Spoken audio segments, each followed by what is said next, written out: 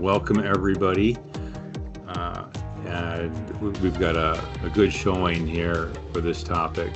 And this webinar is part of probably what's going to be a series coming out of TEI. We've had a couple board meetings where we talked about policy impacts, near term, midterm, long term, et cetera. And the discussion got really complicated really fast. And so our goal at TEI is to break down a lot of these topics into smaller segments as they relate to transportation and fuels. And so you'll probably see some more episodes of this coming out that have kind of a policy-centric content to it. A little bit of background for those that aren't familiar with TEI. We are an industry group that comes together to look at all things fuels and transportation related. We do not advocate. We are a nonprofit. We do not advocate. Our core mission is research, peer-reviewed research that goes through a series of working groups, third-party research firms, and then our board of advisors and board of directors. So anything that comes out of our office is been put through the ringer for the most part. And I think some of the content, if you're not familiar with TEI at that level, please feel free to reach out, give me a call, and we can discuss it in greater detail. This is our board of advisors right here. As you see, it's a pretty broad-based group from major biofuel producers, major oil companies, OEMs. We got electric representation, anywhere from producers all the way down to consumers. We do have other organizations in our group at different levels, such as fleet operators, multinational fleet operators, et cetera. So we go all the way down to the end users. We also have tribal representation and national lab representation. So it's actually a really fun group to be in. So if you're not taking advantage of TEI or you want to learn more about it, please feel free to reach out and talk to me about that. So the topic for today is how biofuel policy has evolved. Now that is a really big ask to try to cram into 1 hour. So really what we're going to talk about is what we're seeing currently with policy and its current impacts over the past several months, and then open it up for discussion later on for what are we seeing, what else should we be looking at. And we've got three fantastic speakers with us today. Xander from Argus is going to be giving us a great overview of a lot of the mechanisms and policy pieces that are in place, either working or not working. That's kind of the question. Ginger with the Alt Fuels Council, who's your boots on the ground type person who works with biofuel blenders on a daily basis, and then Fred with Advanced Biofuels Canada. So we understand that there's a lot of discussion going on trade issues. Our relationship between Canada and the States is incredibly important. So Fred has blessed us with some slides on what's going on up north. So that being said, I always ask myself, when's it a good time to have a discussion on biofuels policy?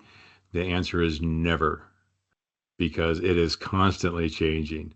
So I hopefully what everybody gets from this session is an update, a snapshot of where we're at today, and some insights, looking into the future on how biofuels are taking part in this. I would add that also on our board, we've got representation down to the farm level as well. So me being in Iowa, Ginger's also in Iowa, and then we've got farm level representation on our board, and so we see and hear a lot about what the trade impacts are, how important the biofuels industry is at the farm level, and we're not going to get that deep today, but I'm sure many of you have experienced and been hearing the same issues that are coming up. So without further ado, I'm going to pass it over to Xander to get us through a lot of data, a lot of good information, and I'm going to, Xander, please feel free to tell me when to advance the slides, and I will do so. So Xander, it's all you. All right, good afternoon, everyone. My name is Xander Capizzola. I'm principal consultant at Argus for renewable fuels based in Houston, Texas. And I really appreciate you joining today. I'm going to move pretty quickly because we have a lot to talk about on biofuel policy. And as Jeff said, it's literally as soon as you make the slides, they're pretty much dated these days. So first, we're going to look at what really is going on is we're now in a post BTC environment for production, and ethanol did not earn a BTC, so it's had a huge impact on biodiesel and renewable diesel, which up until January of this year was really undergoing revolutionary growth with extremely high margins. So with the shift to a carbon intensity based producer's credit versus a more agnostic $1 per gallon blender's tax credit, margins fell quite sharply, and production fell under 50%. So it's been a very turbulent and disruptive transition to this credit. A lot of that was around a lack of guidance going into it. The Biden administration was late in issuing provisional guidance, was all they were able to get out the door on the 10th of January, I believe. And so a lot of the feedstock that initially was purchased in Q4 for Q1 production starting this year was ineligible. Foreign UCO wasn't eligible for 45Z. Canola oil didn't earn any. And a lot of the West Coast producers that were really starting to looking to ramp up their production at the start of Q1 found that their margins were hit pretty hard. There was also a lot of difficulty on realizing this credit. So you can see here the BTC environment versus our immediate shift to 45Z. Soybean oil was hit quite hard out of the bunch of feedstocks here. And it's important to remember that around Q1, there was about maybe 30%, about a third roughly of the industry was able to capture 45Z credit on this. So this margin on the right is assuming a full 45Z capture. And it was not until more like about halfway through the year that the industry's kind of been able to capture about 90% 45Z moving forward. And while we thought the worst was behind us with this February bottoming of the market, as you can see, the margins have really have taken a huge beating in August. And a lot of that was due to SRE concerns. So you basically had soybean oil taking off and feedstock prices taking off, still pricing in a very large RVO, while SRE concerns were keeping a lid on RIN prices, and it's kind of created a perfect storm for really bad 45Z margins. As of August, it's down 70% year over year. So what we have is a lot of curtailed production, and a lot of units are down. There's been a lot of rationalization in the biodiesel industry. There's probably over a dozen plants that have closed since last year, and this year closed or idled. So we're running around a 33% shortfall in D4 production, and that's closed the gap to more of like a 5% to what's needed for compliance. So that comes out to about 16% year to date. But when you factor in D5 production, which can also be used, it's more like 13%. Um, so what's really needed to bridge the gap, and really the only component that can move, is the D4 credit. LCFS markets are very stagnant and lacking a catalyst. And so you can see, like in the kind of January, March period, that large um, uh, basically the RINs departing from the BOHO spread to secure uh, more renewable diesel and biodiesel margin. Whereas in August here, they've collapsed to just 4% premium. So um, that's not a sustainable level. In a post BTC environment, we need RIN strength to consistently outpace the BOHO spread.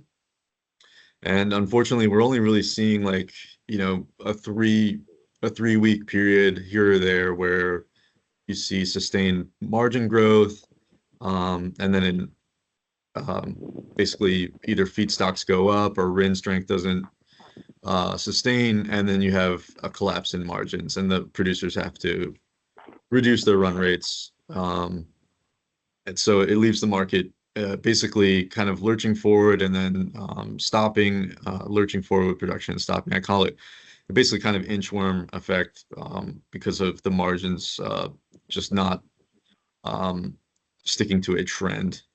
And as you can see on from the left side of this chart, under the BTC, those things were basically pinned to each other. You had some disruptions here or there, but for the most part, the BOHO and the D4 RIN were entirely linked. So some more positive and constructive news came in the form of the largest ever um, RVO mandate for 26 and 27, which was announced in June of this year.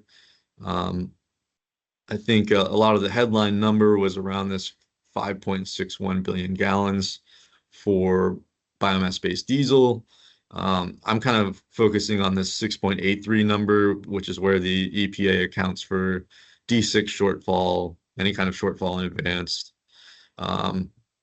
So we're seeing a much larger mandate, which could really spur production, but there's still a lot of two very large unresolved issues that we'll talk about shortly. So this estimate is based on a new equivalence value of 1.27.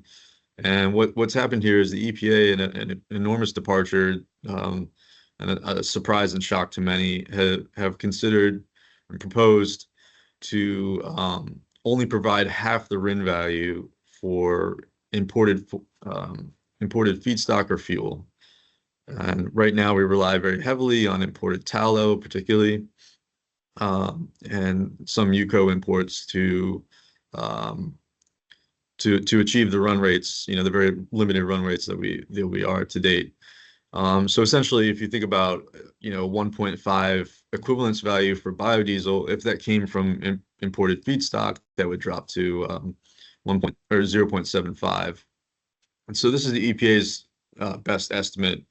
I believe it's based on 62% domestic feedstock and 38% um,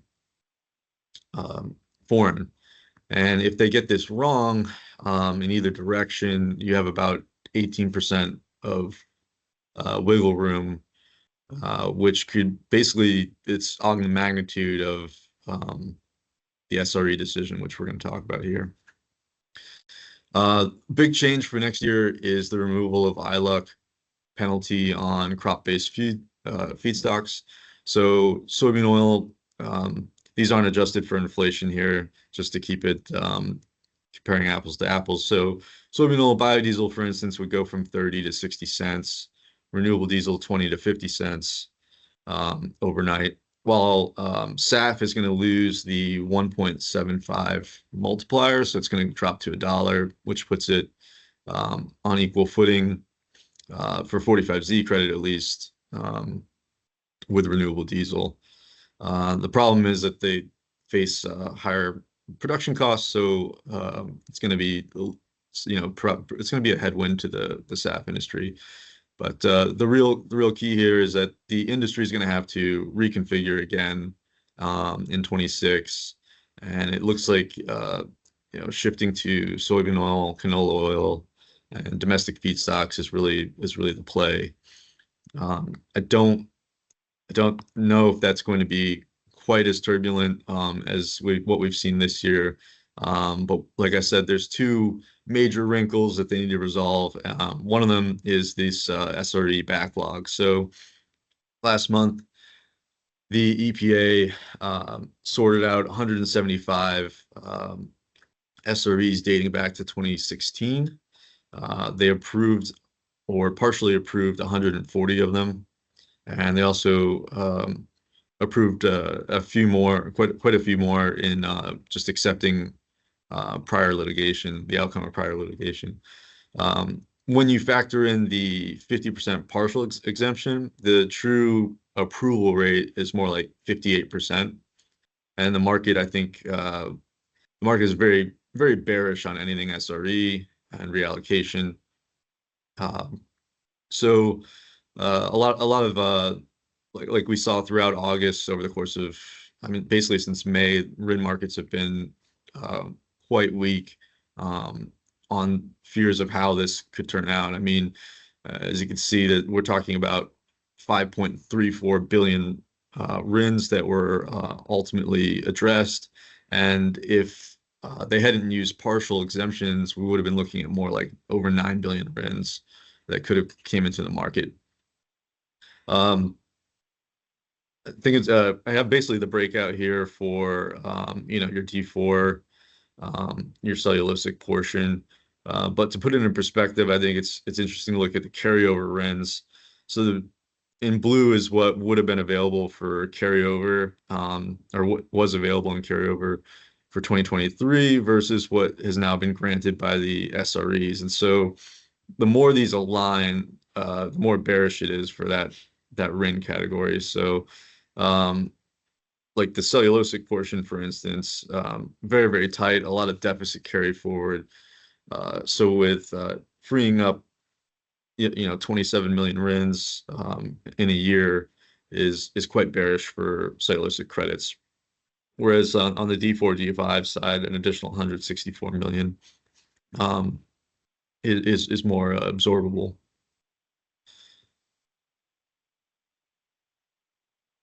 And so apologies, but we are dealing with policy, so we kind of have to get into a wall of text. I'll actually start out with the SRE news from this morning, and kind of what was breaking late last week is that the EPA has sent a proposal which is supposedly addressing reallocation to the Office of Ministry and Budget, basically the White House, for review. There's been some meetings scheduled for next week. The EPA is said to be considering a variety of proposals, one of which may be only reallocating half of the RINs available. So the two open questions are what happens with RIN reallocation for SREs, and the second would be, does the EPA abandon this foreign RIN provision? Do they account for it appropriately in the ultimate RVOs that come out? Both of them are about the same order of magnitude. My estimates show that SRE reallocation could move the needle anywhere from 0 to 18% of what's proposed for 2026, and it's pretty much the same range for our ability to potentially shift away from foreign feedstock. So if we were to go full domestic, it would be on the magnitude of 18% shift in demand. So I have a variety of scenarios that could play out there. The latest news on 45Z is that the Trump administration is not going to issue any kind of proposed guidelines until May of 2026. Stakeholders are still awaiting a lot of guidelines on foreign sales, qualifying sales, eligible pathways, and climate smart agriculture, which I almost forgot about. It's been so long I heard that. So this has been bearish for the market overall, but not particularly. I don't think it's really being priced into RIN markets. It's really just sentiment at this point. Um, as far as the way that I read it is that the bulk of the really what's going to drive 26 and 27 forward has already been codified in the budget bill.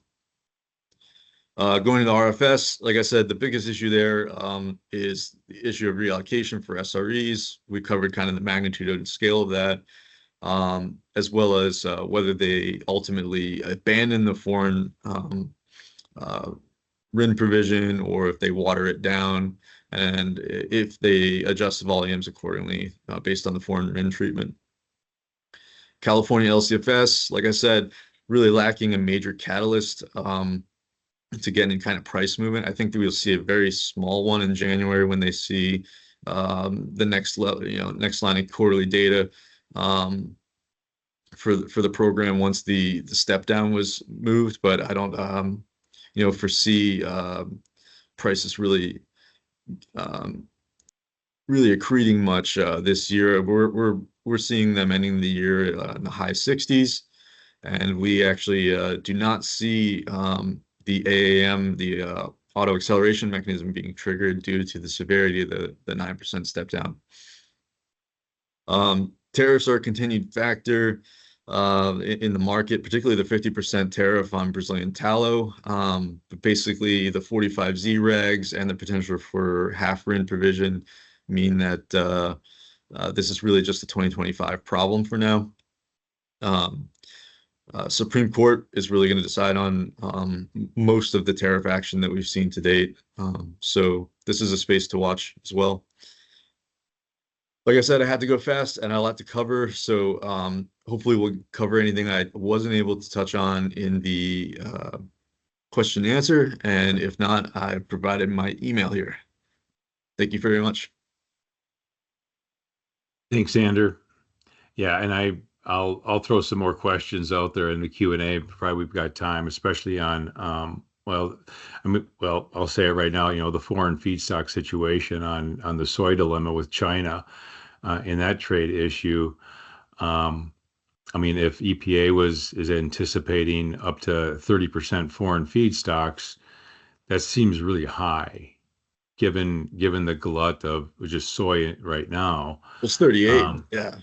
38. So, yeah. So hopefully, the domestic soy is going to fill in that gap much, much more so we can hit that 1.5 equivalency ratio, and not have to take that hit. But I guess only time will tell. Yeah, I think they use past performance as an indicator for what 26 would look like, but the markets weren't given this operating under the same signals. They had BTC, they didn't have any foreign restrictions in place. So it's, I could definitely see them missing the mark on this. But I know I went through a lot of unknown policy there. My main takeaway would be, ultimately the EPA is in compromise mode right now. And whatever comes out of this compromise, the U.S. farmer needs to come out on top. They need to get the slightly better deal of the compromise, because with China not buying, soybean oil needs a home. And I think that's ultimately what the EPA under Trump is really trying to achieve here. Yeah. Thank you very much. Thanks, Xander. Appreciate that. Of course. So, Ginger, you've been doing this for what, 15 years, over 15 years, working with the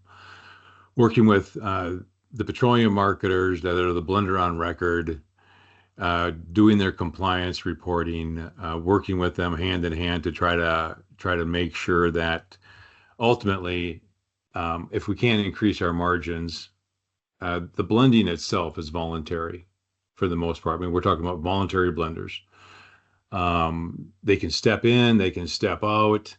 If the RIN gets upside down, the economics get upside down, they bow out or what have you. So these past few months, and anybody who's been doing this for a while understands that it is ups and downs like crazy for almost nonsensical reasons, it feels like. But just curious to see, what are you seeing out there with the blenders that you've been working with over the years? How are they reacting to this right now? Yeah, thanks, Jeff. If you want to go to the first slide, that'd be awesome. So this first graph here, this bar graph, is showing orange is ethanol and blue is biomass-based diesel. And this is from January 24 through July. This is using EPA's data. Their tracking of how many RINs are being separated each month. And uh, obviously there's different reason codes you can use to separate RINs from gallons if you're blending. But I focused in on the gallons blended to produce transportation fuel alone. So I'm not sure what's going on with that November 24 ethanol number there. Maybe Xander can pipe in what he thinks that is, or just bad EPA data. But in general, I'd say, the blenders that I work with, which are from, co-ops to single truck stop operators to larger marketers, ethanol is kind of holding its game here, but bio is definitely seeing obviously a trend of not as high as we used to be, not a blending as much as we used to be um, on the blender level. So starting in January of this year, not looking so bad, but February takes a dip there. Um, so really, I'd say there's some major. This is the blenders are kind of the cog of the system of the machine that we don't talk about very often. But blenders need to blend. We need to have separated RINs. We've got to have this going into transportation fuel, also heating oil. But we need this to be going into the big system so that these RINs are available for the obligated parties to use for their obligation. So they are an important part of this whole game and whole system. And they've got a lot of compliance to work with as well. And as Jeff mentioned, these guys are discretionary. They don't have to blend. If it doesn't make sense, it's not economically feasible, it's not going to make sense for them, they don't have to blend. But really, we need them to be blending, to be stepped in there and actually being able to make it work. This little amoeba looking thing here down here is just kind of a visual showing how the renewable fuel volume obligation works and how all these different types of RINs nest in together. There's 4 buckets of the RVO, there's renewable fuels, there's advanced biofuels, cellulosic, and biomass based. So what you can see here is that that biggest red circle includes all the RINs. So really, if you look at each piece to this, the D4s and the D6s are kind of our all-stars. That's our ethanol and bio renewable diesel portions that really need to make up for this. They need to be blending to create the RINs that we need for the obligated parties. And actually back in 2024 RVO, which that compliance isn't due until December, as far as we know at this point, they did a partial waiver for the cellulosic biofuels. So with that, they have to buy waiver credits, I think at $1.61. But you also have to retire D4s or D5s also at the same volume to be able to make your obligation. So again, D4s, D6s are all stars of all the renewable fuel volume mitigation that's out there. We can go ahead to the next slide. Thank you. So there's 3 major things that, again, we need to the blenders have to look at, and obviously supply is a huge one. And unfortunately, right now, because of all the uncertainty, which is the word of 2025 and maybe part of 2024, it's just so much uncertainty, not knowing what's going to happen. We have the ups and downs of the RIN value based mostly upon EPA announcements. So right now we have a lot of bioplants. 14 maybe doesn't seem like a huge number, but it is a giant number, especially if you are in an area where you are depending on one particular biofuel producer. And now that biofuel producer is shut down, non-operational or idling, you don't have a choice at this moment, or you're trying to figure out what am I going to do next to be able to keep blending, and maybe you don't blend. So there's 14 bioplants that I'm aware of that are non-operational or idling, and they range from 12 million gallons of production capacity to 72, with a total of about 471 million gallons of production. So it's wild to me that there are 7 that have they're non-operational in the Midwest, which we always feel like, as Jeff mentioned, I'm in Iowa too. It's always sort of it's wild to me that we have anything shutting down in the Midwest, supported by all of what we're surrounded with corn and soybeans. But it really, what I've noticed the most are the plants that were kind of lone rangers in Wisconsin and around New York, Pennsylvania, and Texas were areas where definitely saw the shift once these bioplants were not operational anymore. The blenders are really trying to look for other ways to keep blending, or they revert to doing something different. And a lot of these blenders may not have access to rail, which makes it hard. Obviously, if you don't have that bioplant you can buy directly from, then you have to figure out another way, and you might be railing in from the Midwest. You might be railing from the Midwest up to the Northeast to get bio. So what I've seen so far from the market being a little wonky in the RIN market, the bio prices and the diesel pricing, they're just buying pre-blended product. So they're not getting any sort of incentives, but maybe benefiting from, the incentives being captured upstream. Some that don't have mandates in their state are just going back to just straight diesel or USD. And then I also have seen this for a while where they're taking the bio, they're blending, but they're sending the RINs back. That's how some of them are working. I'm seeing renewable diesel. Most of that has been out to the West Coast. And honestly, ethanol and bio were kind of the same way too, where they might be produced in the Midwest, but they were getting trucked out or railed out to the West Coast. But renewable diesel is kind of making an appearance in the Northeast. I know some marketers and some blenders up in that direction are starting to get more opportunities to use renewable diesel up there. So that's an option. I haven't seen it in the Midwest at all, but the Northeast definitely seems to be getting some opportunities up there. So I think blenders are looking for, it's a disruption, right? They're trying to figure out, how do I start getting more bio? Maybe you're making new relationships with new suppliers. Maybe there's a marketer out there that they haven't worked with before that they're trying to make a relationship with. I've actually tried to connect people within my own bubble of clients to help them kind of make connections so that they can get a hold of bio. Some other options that I've seen over the past as well is that they can do a blender that blends less than 250,000 gallons a year, can actually do an upward delegation where they take the fuel and they blend it, but the upstream supplier actually takes on all the compliance and so they'll do all the reporting and separation of RINs. I've actually also had some clients consider importing bio. Obviously, that is a big question mark with everything that's going on that's kind of in limbo regulation wise as to whether, if you're importing in foreign feedstock or importing biofuel, then you're looking at potentially reduced RIN equivalence ratio, which is not great.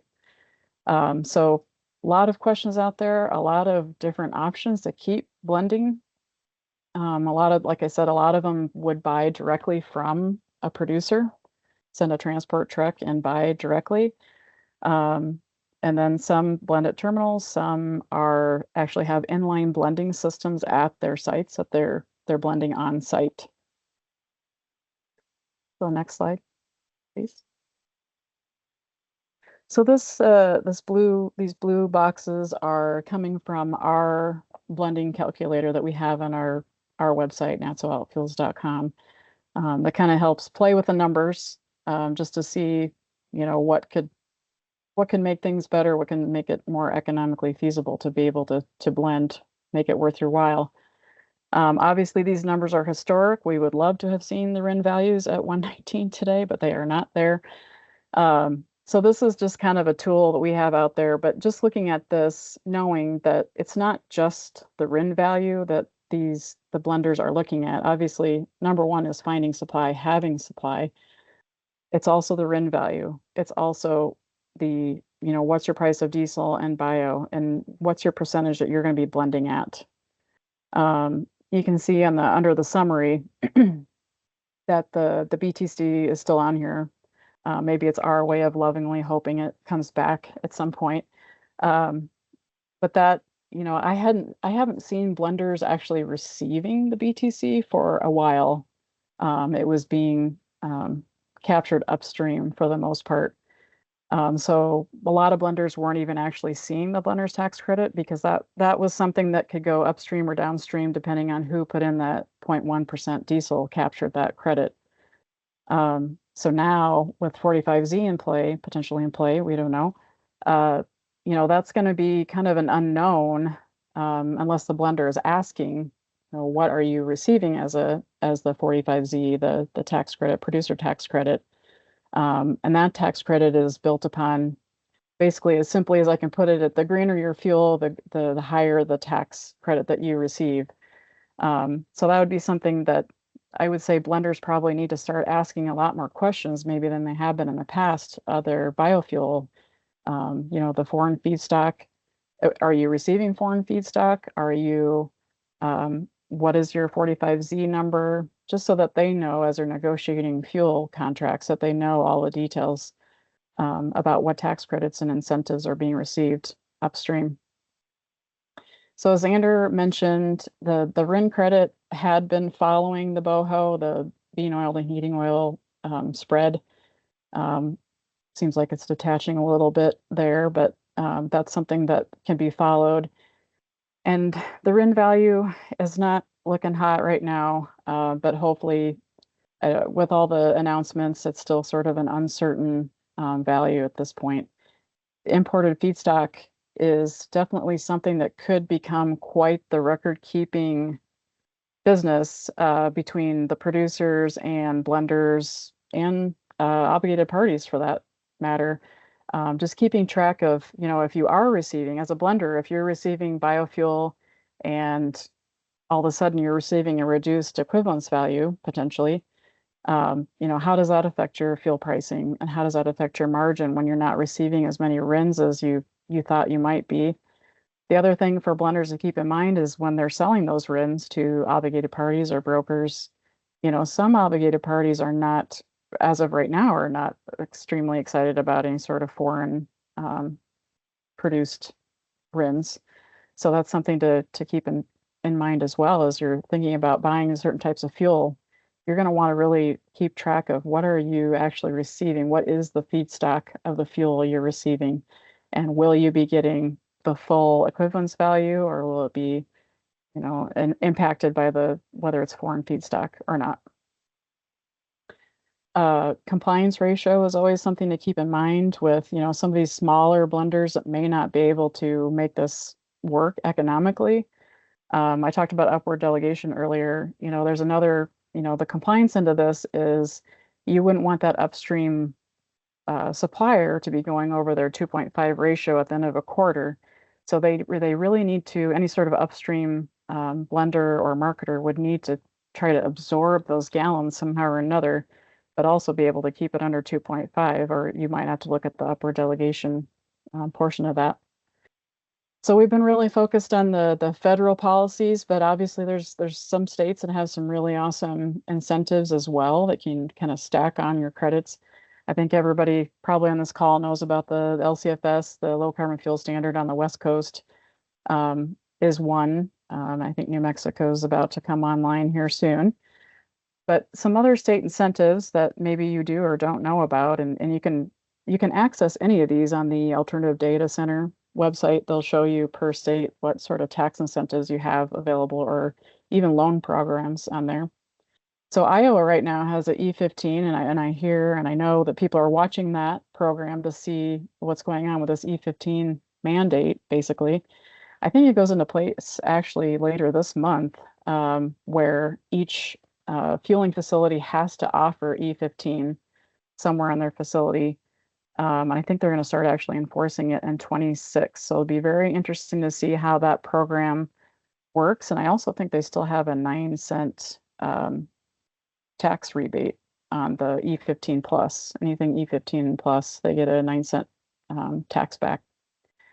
So that'll be interesting to watch that program and see how that works out. So Illinois is another one that I'll just bring up that if you are blending, I think it's between April and November, if you're blending a B16 or higher, you get to avoid the use sales tax. So you don't pay the use sales tax on anything that you're blending at B16 and up. And then next year, I think they're actually going up to B19.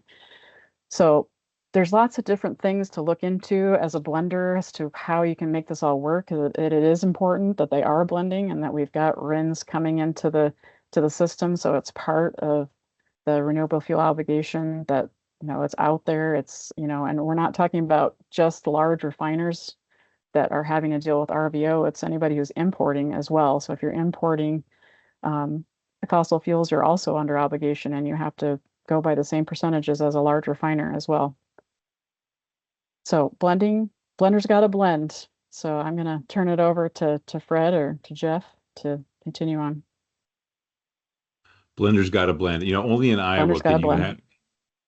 Can you have a mandate and an incentive at the same time for ethanol? It's just a shotgun approach, see what will work.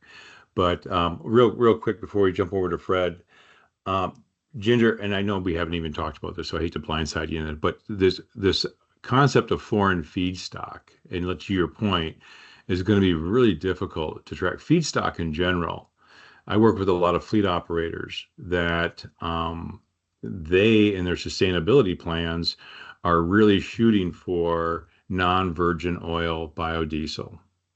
And they want to have some assurance that that's what they're using, that's what they're getting.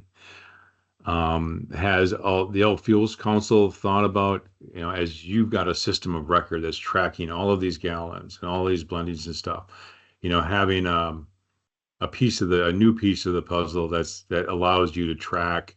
I guess if it comes through EMTS, you guys grab all of that, and so you have access to all of that. But I'm just curious, do you think it's going to raise to that level where you yourself might want to begin tracking that in your system for the blenders? Yeah, we're already tracking what the equivalency value is, and you would think that would travel along with the RIN. But I guess the other big part of this is that RINs are not always necessarily reflective of what the fuel you're getting. So that's kind of the tricky part, and that's why I say I feel like blenders are going to have to be really, really involved with what are the feedstocks they're actually receiving. So really important to track all that. Yeah, good point. I forgot about that. It's a very fungible system where RINs can bounce all over the place. Okay. Thanks, Ginger. I appreciate it. Thank you. And lots of stuff going on at our northern border, and just as of yesterday. So Fred's offered to give us kind of an update on a national scale, on a BC scale, what's been transpiring in the biofuels policy arena. So with that, Fred, I'm going to pass it over to you, and so you can educate us on all the things that are changing. Thanks. Sounds good, Jeff. You can put it on my first slide. It's good to follow Xander and Ginger. Fred seems like a boring name compared to those. So I'm the president of Advanced Biofuels Canada. We are Canada's leading trade association that advocates for smart low carbon fuel policies across the provinces and federally. We want competitive conditions for people to produce low carbon fuels, for blenders to blend, and of course for the consumer to see the benefit of all of that, both in terms of reduced greenhouse gas emissions, but also some savings at the pump and enhancing economic security, clean energy security. Basically, biofuels ticks a lot of boxes, and we want to keep it front and center in the big decisions that are in front of the Canadian government and all governments right now. On the next slide, Jeff started with the TEI NASCAR slide, so I'll put up ABFC's NASCAR slide. So if you want to go fast, go alone. If you want to go far and get things done, you need a posse. So we're very thankful for our members that really do range from large multinational integrated agricultural biofuel producers through to large integrated international oil and gas companies that have significant biofuel production assets to news organizations, technology providers, etc. We do have a big tent, which is why we're Advanced Biofuels Canada rather than a specific fuel type, because we have a lot of fuels in our mix, and we advocate for policy that all of our members can really see themselves in. Moving forward to the next slide. We have a lot of information on our website, far more than I can even get into right now in this discussion. So if you want to know more about Canada, check out our website. Some of it is behind a members only wall, but a lot of it is freely available. We like to share our homework. So you're welcome to do that and get in touch afterwards. And on the next slide, Jeff, you will see a quick snapshot of what our sector looks like. So this basically shows our domestic production capacity, refining capacity in terms of oil and gas, biofuel production capacity, and feedstock processing capacity. Canola is our primary agricultural feedstock that goes into the renewable fuel sector. Canada is not a large sugar producer, but we are a large lipid producer, and canola oil is a very good feedstock. Most vegetable oils are essentially three diesel molecules held together by glycerol. So it's no surprise that we have a large production opportunity with renewable alternatives to diesel. We're about a 2.5 billion liter renewable diesel production landscape with 3 facilities now, a large one by Imperial Oil, Bria Renewable Fuels, which is on the far right of your screen in Come By Chance, Newfoundland, and then a renewable diesel facility on the west coast of British Columbia. About 500 million liters of biodiesel production capacity, 2 of ethanol. In terms of demand, we're essentially just over a 4 billion liter renewables and gasoline market, just under a 2 billion liter renewables and diesel market. Moving forward, you'll see that what essentially happens is that you need policy to pull these low carbon fuels into the market. So the title of the webinar is How has biofuel policy evolved? It's evolved federally and provincially because we have had an overlapping federal regulation that is the renewable fuel requirement, which is an RFS federally that is turned into the clean fuel regulations, which is essentially a nationwide low carbon fuel standard that has a few more compliance options like CCS, like co-processing, like select refinery improvements to get the oil and gas carbon intensity down. It's got a big biofuel signal.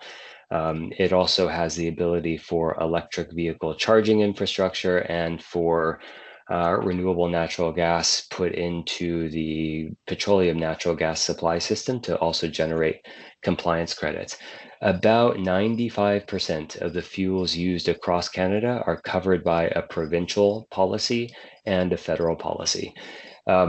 One of the things that Americans should know about Canada is that our provinces have a tremendous amount of authority over their environmental and energy policy, which is why you see significant provincial action on clean fuels and environmental policy. So our provinces are a bit more akin to member states in the EU. Of course, we're all part of Canada, but we have the provinces have a little bit more authority. So British Columbia has a low carbon fuel standard. It is the leading policy across Canada in terms of the volumes of renewable fuels blended, the amount of greenhouse gas reductions included. It covers gas, diesel, and jet fuel now. You'll see a Canadian maple leaf over the province of British Columbia. If people don't know, that's the furthest west province, because the maple leaf signifies that we have made in Canada or domestic content requirements in that fuel supply. That means that 5% of the renewables in gasoline needs to be from made in Canada origin, and 4% 8%, which is our RFS or volumetric requirement on the diesel pool, needs to be from biofuels in the distillate class that are made in Canada. That is in response to the 45Z incentive in the US that it really challenges Canadian domestic competitiveness. Alberta has an RFS with minimum GHG performance requirements. It's got to be 25% below the petroleum baseline in order to count. Saskatchewan and Manitoba straight RFSs, volume equals compliance. Ontario and Quebec both have RFSs with a GHG intensity adder. So if your fuels have greater than 75% greenhouse gas reduction, you get extra compliance volumes. So 1 liter can equal a little bit more than a liter if the GHG intensity is low enough. And on the next slide, we break it out into actual numbers. So thank you, Jeff. So what you'll see there is that we have minimum regulated volumes across all of the major provincial markets, but the provinces that have, or the provinces or jurisdictions that have an LCFS type signal, like the federal CFR and the BC LCFS at top, they have larger participations of renewable fuels. 31.3% renewables in diesel in British Columbia last year. That's massive. That's the highest ever.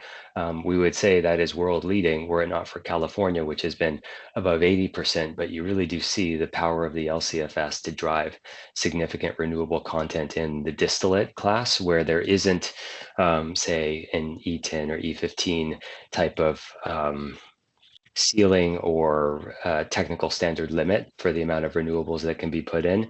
Note the jet line there. So we have nearly 1% sustainable aviation fuel used in the BC fuel supply in 2024.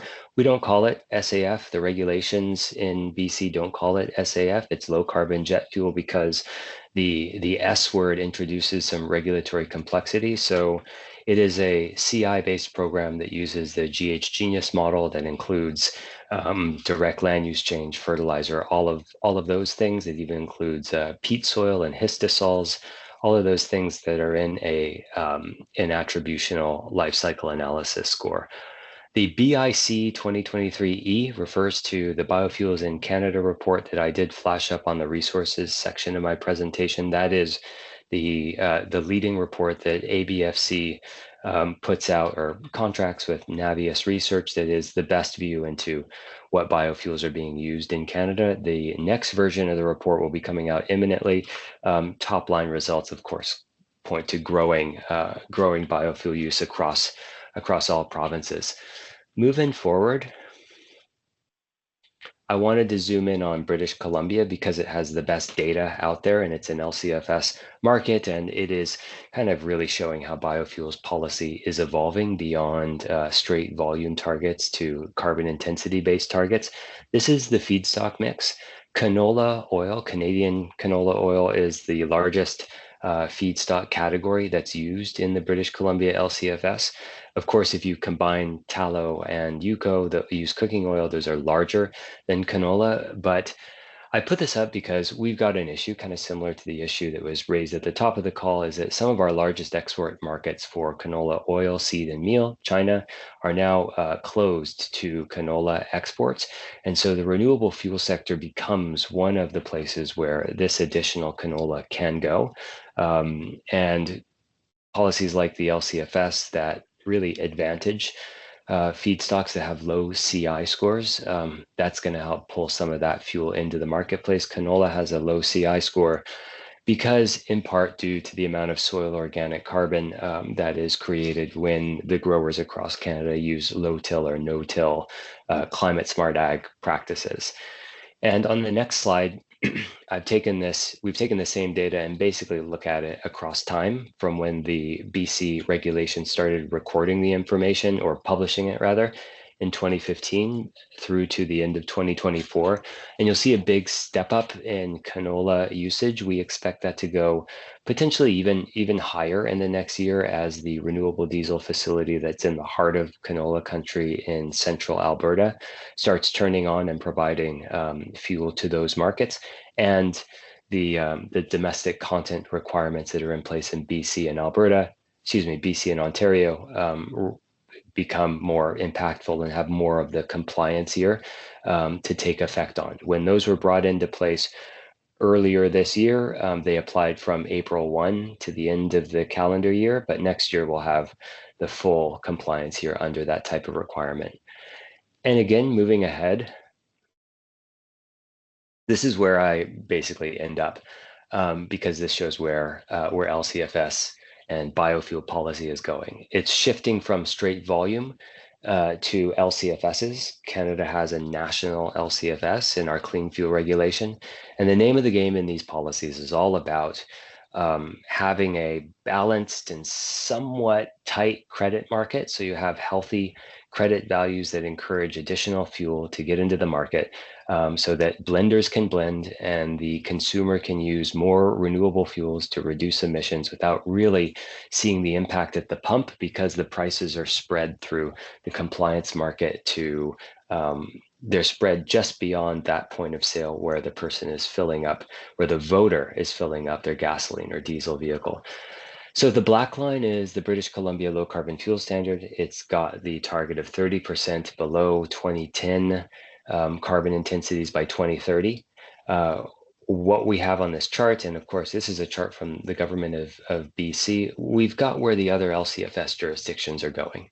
California's at 90 by 2045, Washington at 45, Oregon 37, and New Mexico at 30 by 2040. Like, you can't just compare the targets and the years because they all have different starting years. But basically, what we're after is a long-term signal for more low carbon fuels, more sustainable fuels to be used in the market, more electricity credits to be used in the market, frankly, so that we can keep driving down emissions in this sector. And so this is a view of where those policies are going, and BC is looking at their regulatory and target setting process right now. And on my conclusion slide, bringing it in, is basically you can't win policy battles from the sidelines. I mean, you've got to be active in this because governments they're shoulder checking. Jeff mentioned there's been some changes in Canadian policy. Last Friday, Prime Minister Carney announced a time limited biofuel production incentive, a targeted update to the clean fuel regulation. What's been also released is a pause of the electric vehicle availability standards to give some financial relief to automakers that are currently dealing with existential competitiveness threats. So things are very fluid at the moment in climate policy in general in Canada, and biofuels is part of that. So back to you, Jeff, for a bit of the Q&A as much time is remaining. Thanks for having me. Fred, that was fantastic. Thank you very much. I think it is kind of refreshing to one of your last points, your second to the last point, how successful policy has to consider the consumer, and it is possible. I mean, you guys are showing that it's possible that we can consider the impacts on the consumer at the same time increasing, our low carbon fuel content. And so I think it is possible for policy. It's kind of hard for us to envision it down in the States right now, right? I mean, how do we, there's so many unknowns right now, but I can certainly appreciate that point you just made. And I apologize, folks. Excellent content, everybody. I think we're going to run out of time for Q&A. Let's see if there's anything quick in the chat here. I mean, I'll stick around and I'll ask questions, whoever wants to stick around. But I don't want to get into our speakers' time all that much. Let's see.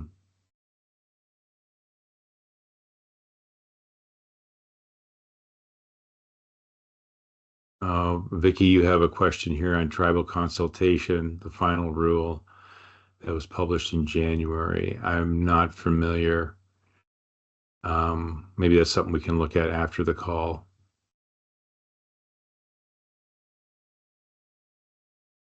Most of the comments are just complaining about Jeff not being able to know how to run a slideshow. So thank you all very much. I appreciate that important input. That's not a question. Good, Um, great organizing. Thanks for this. Was learned a lot from this. Yeah. well, I mean, and I'm looking forward to it, right? I mean, TEI is we've got a broader relationship over the last couple of years working with Canada, and it's critically important, I think. Even though we have these trade issues going on, right? We're all looking beyond that. It is going to become a global market again, but so we really appreciate everyone's time on this call. Really quick. Oh, Paul, you had a question. That's a long question, No, it Paul. wasn't a question. It wasn't a question. It was just making a statement for what's happening up in Pad 1, specifically to the 4 billion gallon heating oil market. We definitely need that Midwest production. So if it doesn't go west and it doesn't go into truck stops, as I've told both Ginger and you before, hopefully the producers will find their way to the Eastern Seaboard because there Yeah. are mandates in place. We're 141 million gallon demand just in those 3 mandated states, just to give you an indication how challenging it is. And we only have 1 plant left up here, and that's Colmar in New Haven. Hero BX is no longer there at 40 million gallons out the door. So supply is definitely going to be strained.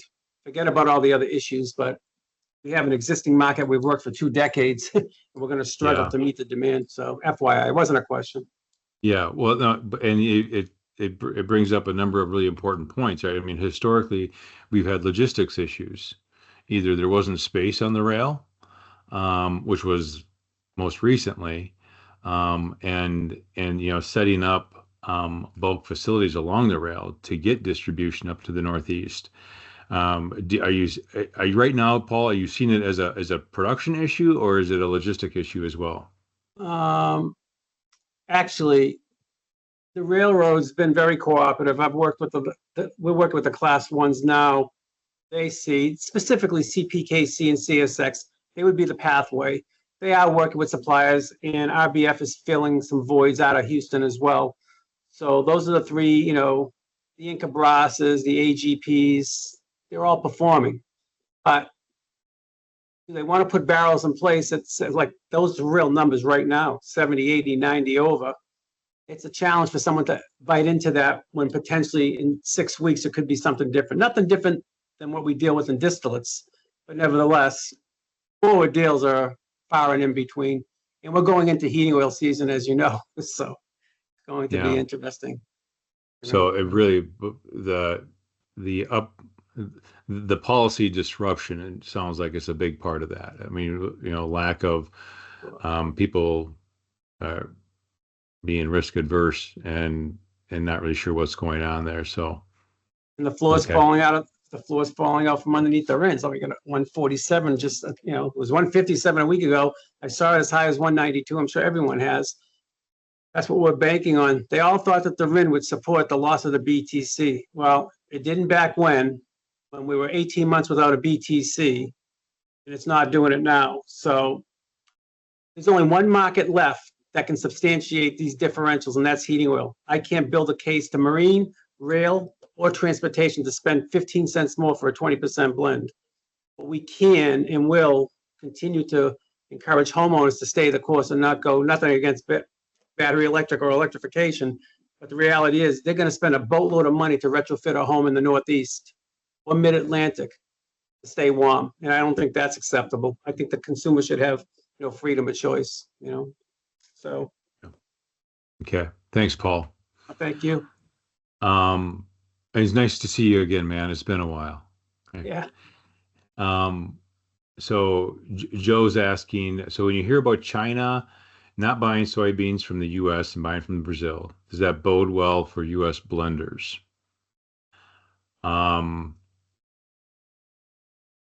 In other words, will a glut of soy make the price of bio more competitive? I think that's probably what the question is. Assuming that we've got to find a home for all of this soy at this point. There's still the economics of physically making the biodiesel. There's still the economics of moving it around the country.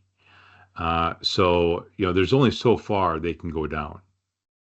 And I understand, the RIN is designed to fill that gap, right? It was assumed that the biodiesel is always going to be more expensive than your distillate, your number two. And so the purpose of the RIN, in my mind, has always been to, fill that gap and make it competitive and incentivize more blending, more blending. So I don't, I, when facilities start shutting down and going idle, that means they've hit that breaking point. That means that they've said, no, the economics are not working for us. So it's not so much a question of supply, feedstock supply in my mind, and then I'll let everybody else jump in, but it's the sheer economics of it. So I'm not sure how much it's going to help the blender, if the supply is not there, if the producer cannot see fit to make it. Ginger, Xander, any other input on that? Thoughts? Ladies first, or I'll jump in. I was just going to say that, a lot of plants, they have to register with the EPA and they have to get registered for certain feedstocks. So they may not be suited to be able to use soy for their feedstocks. They would have to get additional registration with EPA to be able to do that. But I agree with Jeff. I think there's a lot of hurdles there before soy gets funneled to the plants. I would love that, but I feel like there's a lot of logistics and economic hurdles there. Yeah, I mean, my view, like I stated earlier, is for 26, you've got a lot of stranded soybean oil type product in the U.S., and it's similar to what Canada's facing now with the canola side. They finally, they had restrictions on the beans, I'm sorry, on the meal and the oil, and now they've got beans in place starting in August, or I guess the rapeseed. So, they're really under pressure there. So, you can't have angry refiners, angry small refiners, angry biofuel producers, and angry farmers. I think the farmer will have to come out on top of the ultimate compromise that comes up for our for what happens next year. And I think that the 45Z already removing the ILUC penalty is a huge, and restricting it to USMCA. That's a huge push for soybean oil. I mean, when that dropped, the first thing I looked at was actually ADM stock. I wanted to see what they were doing. So to me, that it's a very strong signal for veg oil. There's really, out of all the components, my view is that the RIN is the most nimble. It should be able to move the fastest, but it's really weighed on by all the uncertainty from the SREs, but also the foreign feedstock provision. There's also enormous carryover RINs from 2024 when we were producing well in excess of the mandate. So they have a lot of time to sit on the sidelines, and they have plenty of RINs to kind of run at a deficit to what's required for compliance on paper this year. And so it's really created a perfect storm in the wrong direction. On the LCFS side, we don't have any kind of catalyst, and it can't move as quickly. It's just sitting under this enormous oversupply. But one point that I did want to bring up, and with Fred ending off with that really nice LCFS program slide, is like U.S. federal policy starting next year, and potentially the RIN policy with the foreign RIN provision, could really not play nicely with these LCFS programs, because it's going to be really pushing more for crop-based feedstocks, when a lot of other programs are trying to source lower CI feedstocks. And all else equal, I could just see that California might just have to become a taker of whatever they're financially going to produce. And modeling it right now, and soybean oil with the ILUC removed looks fantastic on paper, and versus DCO, which has a lot of limitations. Even though it's the highest 45Z credit, you need certain metallurgy for your plant. It's really hard on the acidity, is really hard on the catalyst, which is very expensive. So yeah, it won't play nicely with a lot of the LCFS programs, and I think that'll be really interesting next year. But we've talked about feedstock ad nauseum for the last 2 years. I'll say the next 2 years, feedstock's going to be even more important, particularly if this foreign RIN provision goes through. But yeah, whenever you limit your feedstock sourcing, it's like it would be like it's the equivalent of like an OPEC action or something for this market, because that is your crude oil, that is your liquid gold going into these plants. Before it was called in the US, before it was called biodiesel, it was called soy diesel, and it existed to soak up soybean oil. So we're getting back to the roots of biofuel policy, which is to provide a domestic market for domestic production, domestic overproduction, domestic production that's no longer going to export markets. So we're back to basics. Biofuel policy is what governments can do to turn the dial to keep those feedstocks at home. That's the message we are learning, or that's the lesson that we're learning in Canada. It's that specific opportunity. Yeah, I hear you, Xander, on the LCFS and the recycled or second use UCO feedstocks being advantaged, and what will happen with the potential RIN haircut. In the more of the US biofuel demand profile that is outside of West Coast LCFS markets, probably the larger the participation is of soybean oil and plant-based crops rather than the recycled feedstocks. So there's a lot of politics at play there. One other question, Fred. What are your any thoughts on, I understand, the domestic use requirements in the States and Canada. Is there any place for Canada to absorb some of the US soy, in your opinion, over the next couple of years? Next year or two?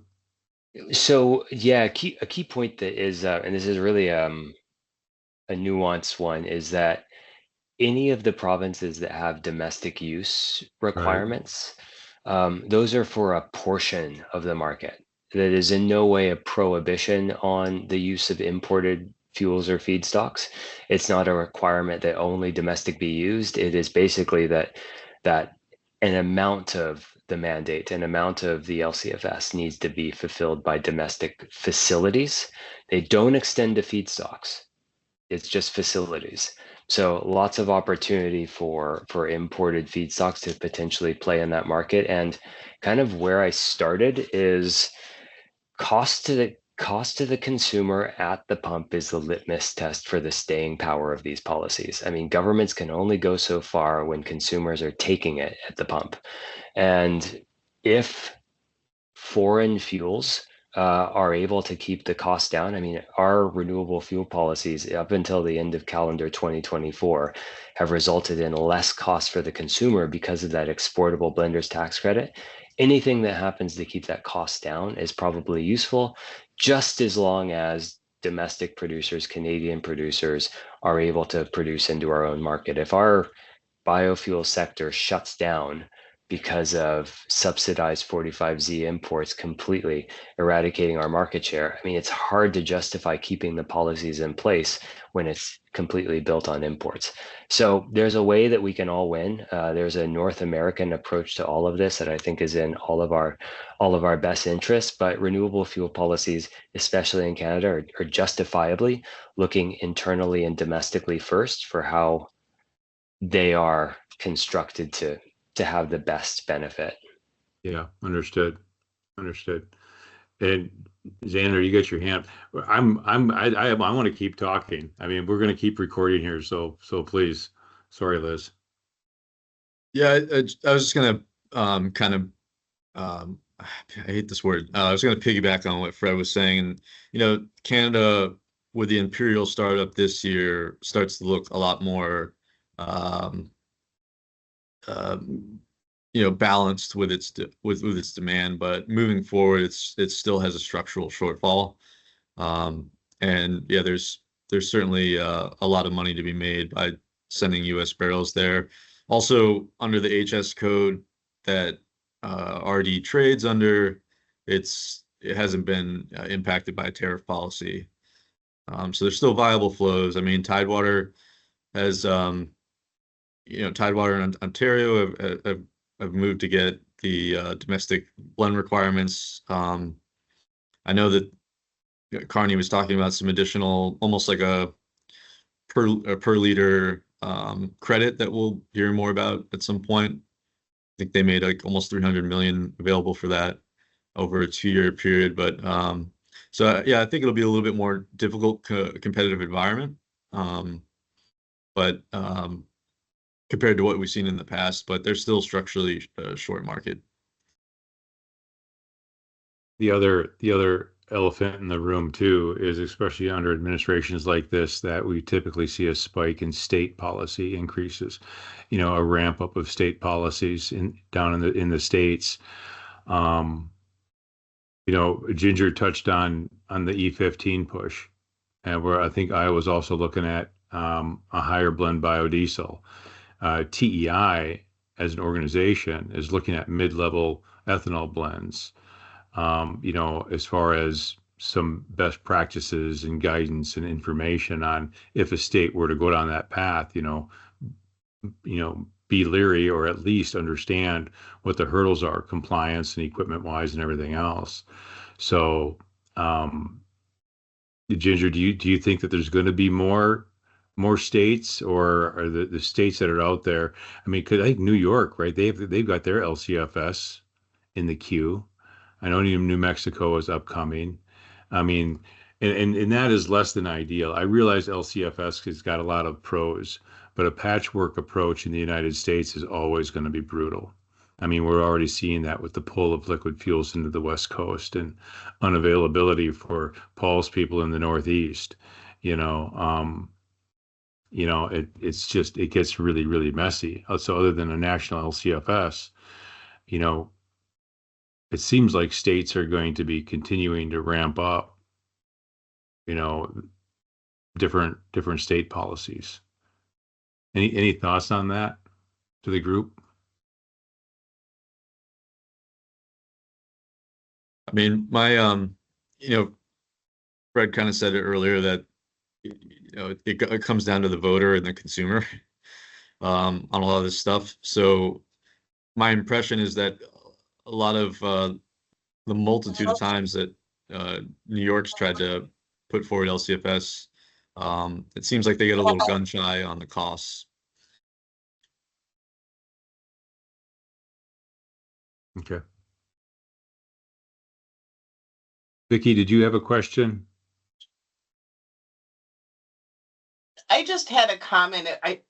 As you're speaking about this, I was in Montana a couple of weeks ago, and they had a meeting of the Montana Renewable Fuel Association, and they had a very large attendance, and they were really promoting the use of canola seed. And I was really surprised because I was driving through Montana, and I'm like, why are they letting all those mustard weeds grow? Well, it turns out it's the canola seed.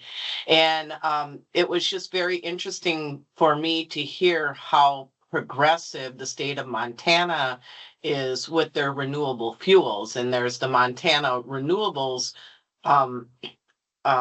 refinery that's in Great Falls. And when I was looking at their stuff, they do a lot of work with Canada, just immediately to the north of them. And so I'm really curious how all these changes that we're hearing about are going to affect that particular industry, because it seems like the state of Montana has really heavily invested in renewable fuels and biofuels.